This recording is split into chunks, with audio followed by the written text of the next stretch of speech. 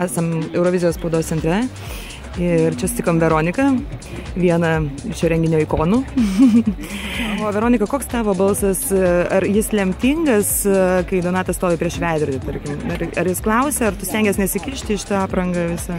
Nu, aš labai subtiliai stengiuosi, aišku, kadangi aš žinau, kad Donatui yra svarbu, ką aš pasakysiu, tai aš labai galvoju ir ką, ir kaip, ir kodėl, bet kadangi aš turiu, aišku, savo nuomonę, bet aš labai pasitikiu, nebereikalo, tai yra profesionalai to dalyko, mados, stiliaus ir panašiai, tai labai atsižvelgti tai, kad jeigu Donatas pakliūna į gero, tikrai profesionalo rankas, tai man tiesiog dėl to yra ramu, nes visa kita yra skonio reikalas ir tiek.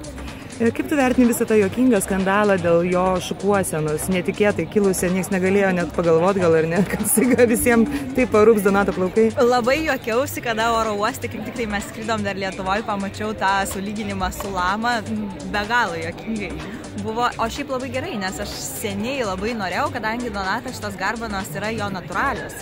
Tai reiškia, nereikia, jis bigudukais nemiega, vien žodžiu ramu šitoj vietoj. Ir man visada labai patiko, bet tiesą pasakęs. Ir atrodo išskirtinai, nes kaip ir sakau, susilyzinusių berniukų yra pilna Eurovizija. Jis jau labai pasiilgęs jūsų čia buvo, belaukdamas, ir ne, pajutai turbūt tokią... Jo. Kaip gerai, kad atvykot.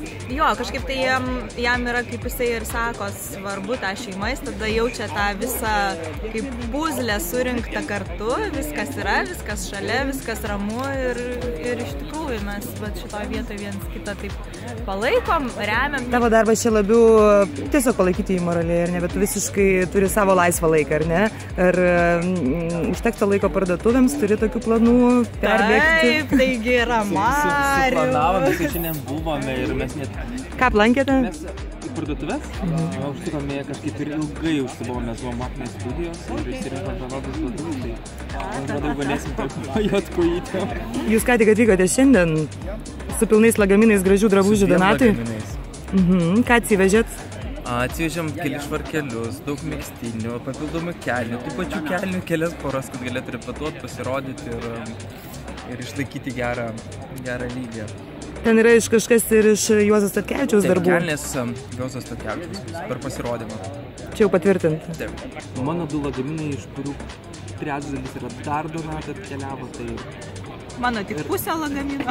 Ir aš turiu dabar tokią, kažkokią, net nežinau, tokį kaip naują kažkokią tokį viziją ir aš einu parduotuvę ir aš neieškau savo drabužio, bet aš Veronika gali palinti, aš neinu parduotuvę, aš ieškau vyrų skyriuje ir sakau, žiūrėk, šitas Donatai tiktų, šitas tiktų Donatai, va šitada reikėtų prie to švarkelio Donatai, tai Veronika sako, kiek galima. Ne, Veronika sako ne, nes Donatas netilps į namus tiesiog, kadangi pas mus ne kotedžas 100 kvadratų, o mažas būtas, kur nėra vietos. O tu darai tą sezoninį apsivalymą, tarkim, kad spinta ištuštėtų ir galima būtų vėl nuskristi į Stokholmą, prisipirkti gražių dalykų, kad jie tilptų namie? Nu, gal ne sezoninė, tiek, ta prasme, aš nesu fanas tokių dalykų, arba gal dar nemoku, bet jo, būtinai, iš tikrųjų yra, bet mano, nežinau, daug draugų, kitų šeimų, aš iš tikrųjų, atiduodu drabužius kitiems, aš manau, kad tai yra apskritai ir gerai, ir smagu.